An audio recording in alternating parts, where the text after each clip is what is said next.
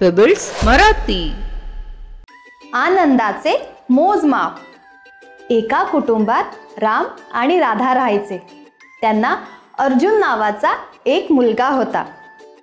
राम कारखान्यात काम करायचा आणि खूप कष्ट करून आपलं घर चालवायचा. अर्जुन खूपच हट्टी होता. तो रोज बाबांकडे नवीन नवीन वस्तूंची मागणी करायचा. एकदा त्याने बाबांना नवीन बूट आणायला सांगितले. अर्जुनला हवे असलेले बूट आणण्यासाठी राम दुकानात गेला. पण जे बूट अर्जुनला हवे होते ते खूपच महाग होते. म्हणून रामने दुसरे बूट विकत घेतले. पण अर्जुनला ते बूट अजिबात आवडले नाही.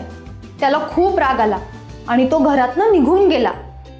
चालता चालता तो एका बस स्टॉपवर थांबला आणि बस स्टॉपवर बसून सतत त्या बुटांचा विचार करत होता आणि दुःखी होता. तेवढ्यात एक मुलगा तिकडे चालत आला. तो मुलगा कुबड्यांच्या सहाय्याने चालत होता. त्या मुलाला दोन्ही पाय नव्हते हे बघून अर्जुनाला धक्का बसला. मग त्याच्या लक्षात आलं की आपल्याला देवाने पाय आणि एवढे प्रेम करणारे आई बाबा दिले आहेत. तेव्हा त्याला त्याची चूक लक्षात आली आणि त्याने देवाचे आभार मानले. आणि त्या दिवशीपासनं अर्जुन एक शहाण्या मुलासारखा वागू लागला.